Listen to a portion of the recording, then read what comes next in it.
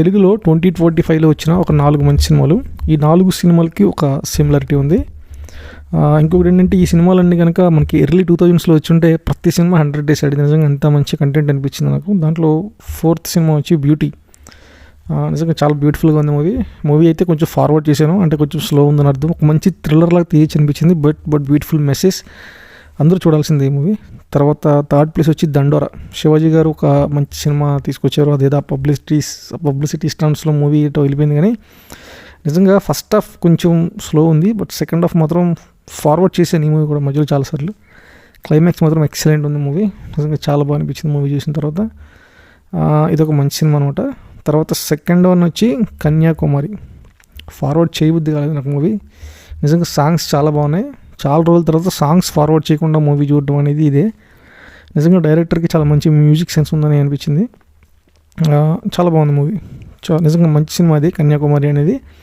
ఫస్ట్లో కొంచెం టైం తీసుకుంటారు స్టోరీ బిల్డ్ అవ్వడానికి, బట్ ఒకసారి క్యారెక్టర్ మనం కనెక్ట్ అయ్యి ఉంటే మాత్రం మూవీ ఎక్సలెంట్ అనిపిస్తుంది. తర్వాత ఫస్ట్ మూవీ వచ్చి 8 వసంతాలు. ఇది చాలా హిట్ అవ్వాల్సిన సినిమా యాక్చువల్గా ఇది. అంటే ఆ టైంలో కుబేరాతో పాటు వచ్చింది. నేను కూడా కుబేరాకి వెళ్ళాను థియేటర్కి. 8 వసంతాలు చూడలేదు, నెట్ఫ్లిక్స్లో చూశాను. చాలా బాగుంది. అది కాక ప్రమోషన్స్లో వాళ్ళే చెప్పారు నెట్ఫ్లిక్స్లో మూవీ ఇంకా బాగుంటుంది, క్వాలిటీ ఉంటుందని.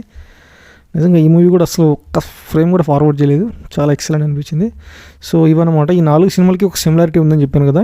అదేంటంటే ఈ 4 సినిమాల్లో ఉమెన్ క్యారెక్టర్ చాలా బ్యూటిఫుల్గా ఉంటుంది, ఎక్సలెంట్ ఉంటుంది. ఈవెన్ దండోరా కూడా అది వేరే థీమ్ ఏమో కానీ క్లైమాక్స్లో ఆ ఉమెన్ క్యారెక్టర్ చాలా బాగా రాసుకున్నారు. మహిళా సాధికారత, ఉమెన్ ఎంపవర్మెంట్ ఇలా అంటారు కదా, అట్లా ఈ 4 సినిమాలు మాత్రం చాలా బాగున్నాయి. ఫస్ట్ 8 వసంతాలు, తర్వాత కన్యాకుమారి, తర్వాత దండోరా, 4th వన్ బ్యూటీ. నిజంగా బ్యూటీలో కూడా ఉమెన్ క్యారెక్టర్ చాలా బాగుంది. హీరోయిన్ వాళ్ళ అమ్మ క్యారెక్టర్ కానీ, హీరోయిన్ క్యారెక్టర్ కొంచెం అదే చైల్డిష్ క్యారెక్టర్ అయినా కానీ హీరోయిన్ వాళ్ళ అమ్మ క్యారెక్టర్ చాలా బాగుంది. హీరోయిన్ క్యారెక్టర్ కూడా బాగుంది. నిజం చెప్పాలంటే ఒక బ్యూటీ కూడా చాలా మంచి సినిమా. ఈ 4 సినిమాలు మాత్రం ఖచ్చితంగా చూడండి. అన్నీ ఓటీటీలో ఉన్నాయి. బ్యూటీ వచ్చి G5లో ఉంది. తర్వాత దండోరా వచ్చి అమెజాన్ ప్రైమ్, యూట్యూబ్లో కూడా ఉన్నట్టుంది అది. తర్వాత వచ్చి కన్యాకుమారి, అది కూడా అమెజాన్ ప్రైమ్. 8 వసంతాలు నెట్ఫ్లిక్స్.